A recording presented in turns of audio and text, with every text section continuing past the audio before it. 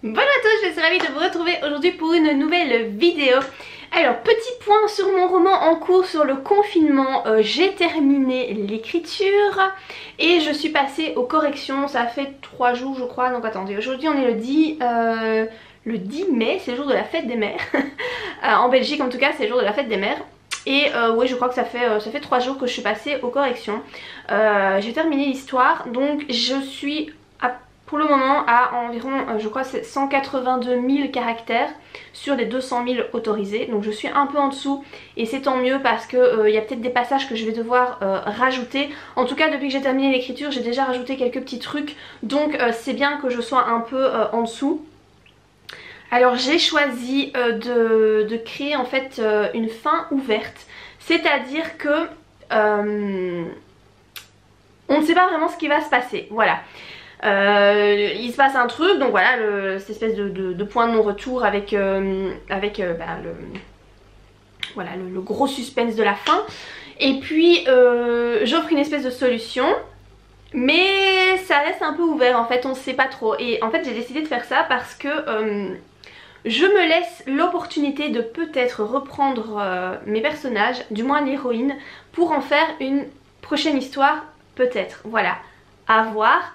Mais je me dis, peut-être ça pourrait être sympa si ce roman est publié chez HQN, je pourrais peut-être envisager de faire une histoire avec reprendre l'héroïne et le héros aussi en fonction de ce que je déciderai de leur avenir.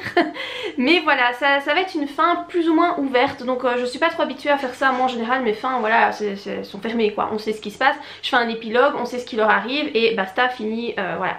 Ici ben voilà, il n'y aura pas vraiment ça, donc écoutez, j'espère que ça passera, on verra bien. Donc oui, là je suis occupée de faire les corrections. Je suis à, je ne sais pas, j'ai 78 pages à 4. Pour l'instant je crois que je suis à la page 27. Voilà, donc je pense carrément fini pour le 31 mai, hein, le jour où je suis censée l'envoyer, enfin le jour max auquel je dois envoyer ce manuscrit. J'aurai terminé puisque là j'ai réussi à finir l'écriture dans les temps et même avant, enfin plus tôt que ce que je pensais. Je voulais terminer l'écriture avant de recommencer le boulot et c'est mission accomplie puisque je suis censée recommencer à travailler demain, le 11, voilà. Un jour sur deux, donc voilà, heureusement ce sera pas tous les jours. Mais du coup ça me laissera forcément moins le temps d'écrire, donc je suis contente parce que là j'ai réussi à boucler le roman.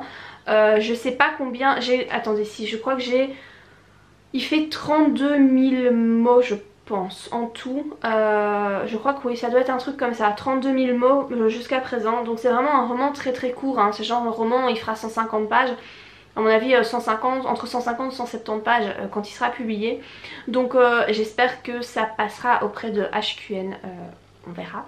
En tout cas là je suis toujours en phase de correction. Ah, je vais aussi vous parler du dernier roman que j'ai terminé.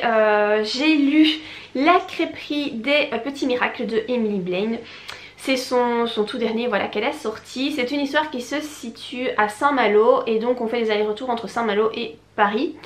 Alors j'ai trouvé ça plutôt sympa. C'est une petite romance gentillette, j'ai envie de dire, voilà. Le genre de truc à lire en vacances ou... Enfin c'est vraiment un truc pas prise de tête où vous devez pas trop réfléchir en fait. Donc c'est hyper distrayant, c'est sympa à lire à cette période-ci, enfin, en tout cas pendant le confinement moi j'ai bien aimé lire ça. Il n'y a pas une intrigue de dingue, hein. C'est très prévisible, voilà, c'est pas... Voilà, l'intrigue est pas oufissime mais ça reste sympa à lire. C'est la plume d'Emily Blaine, moi je l'aime beaucoup, c'est très fluide, c'est agréable, c'est léger, c'est clair, il y a des touches d'humour mais bien dosées. Moi je trouve ça très agréable à lire, sa plume elle est... voilà, sa façon d'écrire, ça fait partie de mes autrices préférées par rapport au style d'écriture. Les personnages ils sont sympas, après voilà ça parle beaucoup de cuisine puisque l'héroïne est donc une jeune femme qui avait gagné un concours de cuisine du style Top Chef et qui a travaillé pour le Bristol, donc des restaurants célèbres etc. Elle est très douée en cuisine, donc ça parle beaucoup de cuisine. Moi c'est vrai que je suis pas le public le plus touchée par ça parce que moi la cuisine j'ai horreur de ça, je déteste cuisiner, je déteste faire de la pâtisserie, c'est pas du tout mon domaine, j'aime pas du tout.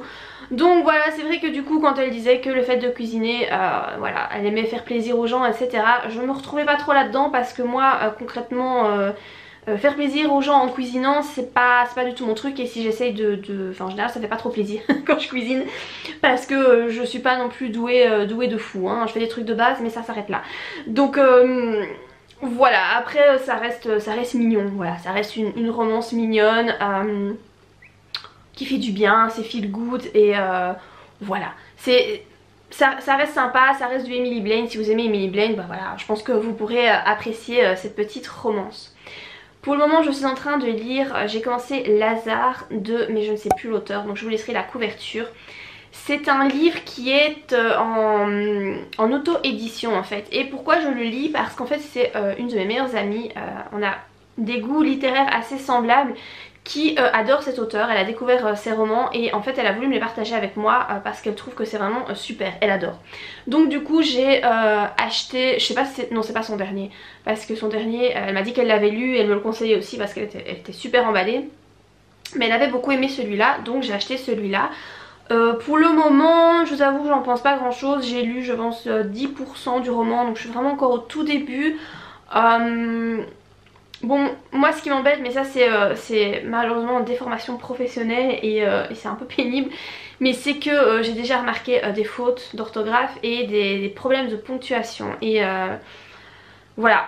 Ça c'est un truc moi qui me dérange beaucoup. En plus comme je sais que c'est de l'autopublication, bah si vous voulez ça a un peu un effet assez péjoratif.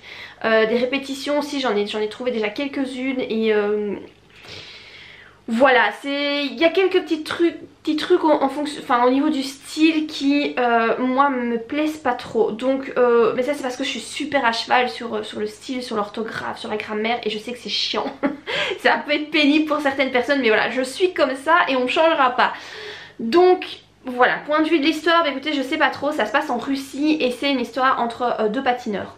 Voilà, un homme et une femme qui sont pour l'instant, bah, ils sont chacun dans leur coin, et je suppose qu'ils vont devoir patiner ensemble à un moment donné.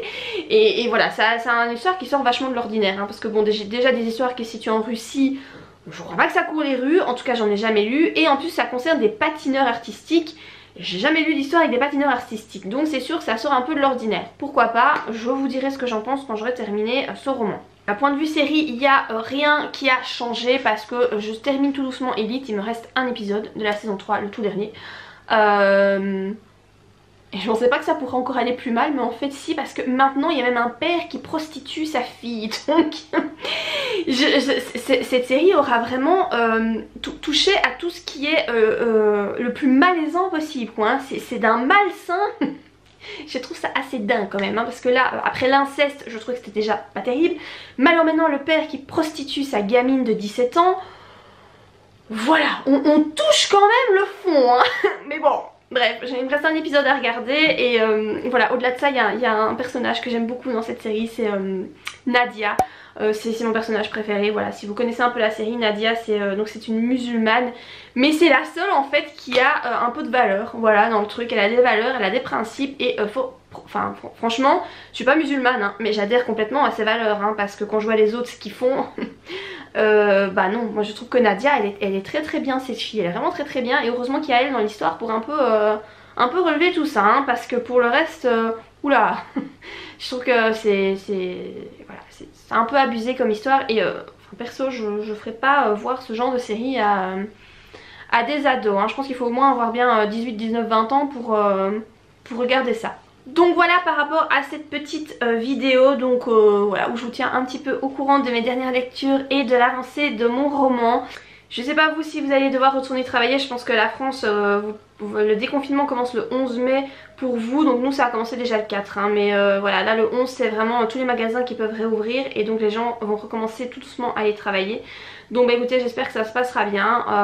Je vous avoue que j'ai pas du tout envie parce que le climat est tellement anxiogène, et moi en fait moi je suis pas anxieuse en fait par rapport à tout ça. Je suis pas anxieuse par rapport au virus, absolument pas, mais c'est les autres en fait qui me rendent anxieuse. C'est le comportement des gens, c'est les gens qui sont stressés, qui te regardent d'un air puant quand tu te balades si t'as pas de masque, parce que moi je vais faire mes courses, je mets pas de masque parce que c'est pas obligatoire et parce que voilà, j'ai pas envie d'expliquer, enfin j'ai pas envie de me justifier, mais je n'en mets pas.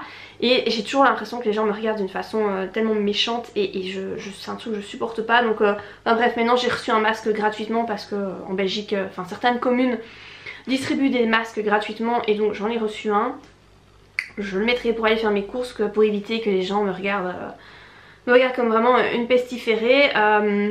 Mais voilà, moi c'est en fait ce qui m'angoisse, moi c'est les autres, c'est pas le virus, c'est vraiment les autres. Et en fait là quand chez moi je suis bien parce qu'il n'y a personne qui vient me polluer en fait. Et je ne suis entourée que de gens positifs, il n'y a que mes enfants et il n'y a que les voisins parce qu'en fait, je fais le confinement avec les voisins, hein, voilà, on se voit parce qu'en fait on a le même jardin, nos enfants sont ensemble depuis le début, donc en fait on a décidé de se mettre, enfin d'être ensemble, donc on se côtoie et voilà, et personne n'a été malade, hein, donc voilà, et puis personne ne voit on voit pas d'autres personnes en dehors.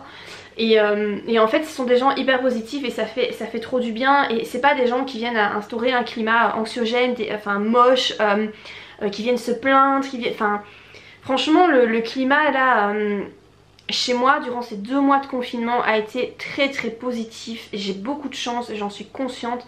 Et là le fait de devoir ressortir et retourner travailler, je sais que ça va être fini. Je sais que je vais de nouveau me faire polluer par l'anxiété des gens et par la négativité des gens, et je vous assure ça me pèse très très fort. Je sais que je dois essayer moi-même de faire un travail sur moi et c'est pour ça que je lis aussi beaucoup de livres de développement personnel pour essayer de faire un travail sur moi, pour essayer de me couper de ça, essayer de faire une espèce de bouclier autour de moi pour que tout ça ne m'atteigne pas et que je sois vraiment concentrée sur moi, sur ce que je crois, ce qui me fait du bien.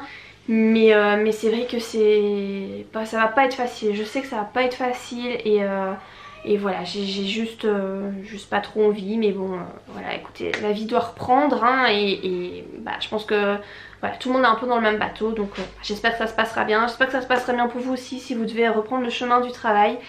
Voilà, moi je vais vous laisser ici, j'espère que cette petite vidéo vous a plu. Si c'est le cas, n'hésitez pas à la liker, n'hésitez pas non plus à vous abonner à ma chaîne pour ne rater aucune nouvelle vidéo. Et moi je vous dis à très bientôt et bien pour de nouvelles vidéos. Voilà, bye.